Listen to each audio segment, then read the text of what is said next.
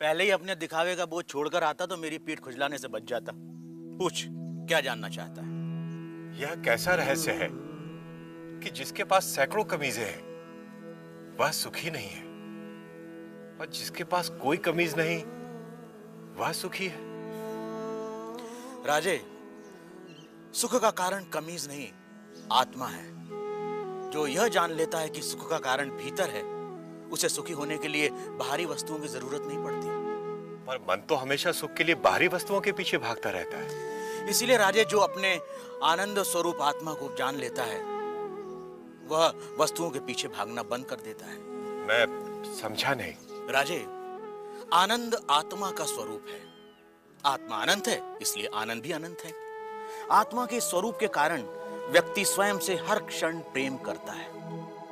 क्या कभी सोचा है कि व्यक्ति बूढ़ा हो जाता है, बीमार हो जाता है, इंद्रियां साथ छोड़ रही होती हैं, मौत द्वार खटखटा रही होती है, फिर भी आदमी जीना चाहता है?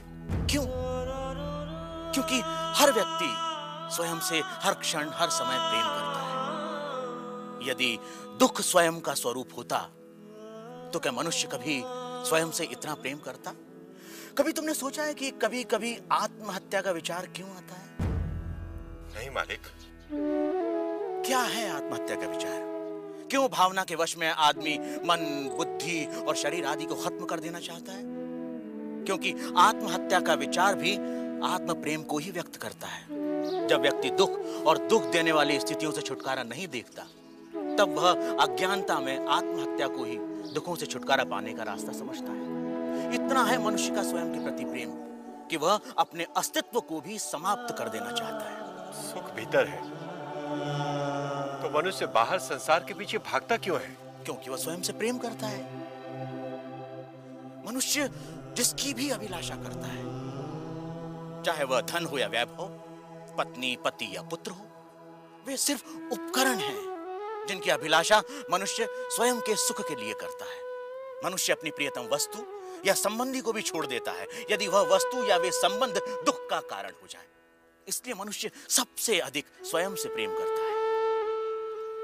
कोई भी व्यक्ति, चाहे वह संसार को पाने या संसार को छोड़ने की राह पर ही क्यों न चल रहा हो, वह स्वयं के लिए ही है।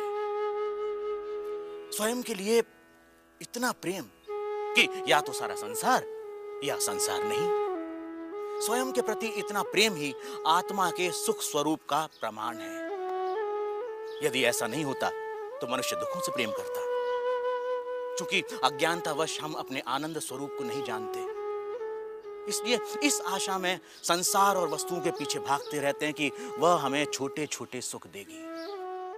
यह ठीक वैसा ही है कि जो सुखों का स्वामी है, राजा है, वह खुद को भिखारी समझ दूसरों से इसकी उम्मीद करता है। यही है अज्ञान की शक्ति। इसलिए राजे, संबंधों का और वस्तुओं का सुख स्थायी नहीं होता, परंतु आत्मा का आनंद असीम होता है। वो कैसे स्थायी है? राजीव, जब भी हम किसी प्रिय व्यक्ति या प्रिय वस्तु को देखते हैं तो उससे आनंद होता है। इस आनंद को शास्त्र प्रिय कहते हैं। और जब हम उस वस्तु को पा लेते हैं या उस व्यक्ति से मिल लेते हैं, तब वह आनंद कई गुना बढ़ जाता है। उसे मोद कहते हैं। और जब हम उस वस्तु का उपभोग करते हैं, तब उससे प्राप्त होने वाले आनंद को प्रमोद कहते हैं। परंतु जैसे ही हम उस व्यक्ति या उस वस्तु से अलग हो जाते हैं, वह आनंद भी समाप्त हो जाता है। इसलिए राजे, वस्तुओं का आनंद, व्यक्तियों का आनंद स्थायी नहीं होता, परंतु आत्मा का आनंद स्थायी और अनंत होता है।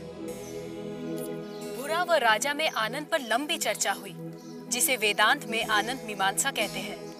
सात्विक आनंद, राजसिक आनंद, तामसिक आनंद से लेकर अलग अलग प्राणियों और अवस्थाओं में आनंद की अनुभूति और उसके कारणों की बुरा ने मीमांसा की। पर अंत में राजा ने वह प्रश्न किया जो इस समय हम सबके मन में है।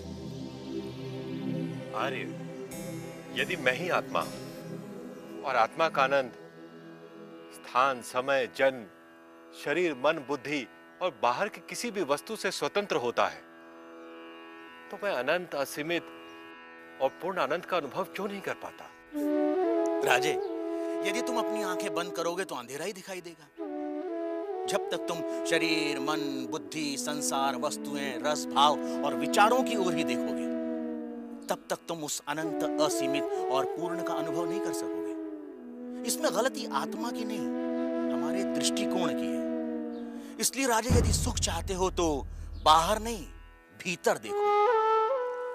तो सूत्रधार, क्या इसका ये अर्थ हुआ कि सुख की कामना ही आत्मा के आनंद स्वरूप का कारण है? तुमने ठीक समझा नटी। इसीलिए पूरा जीवन हम सुख की तलाश में रहते हैं। आप जो होते हैं, पूरा जीवन उसी की ही खोज करते हैं। हम आनंद हैं, इसीलिए हम अनंत सुख की अभिलाषा रखते हैं। इस सत्य को ना जानना ही दुख का कारण है। इसीलिए नटी, बाहर नहीं, भीतर देखो।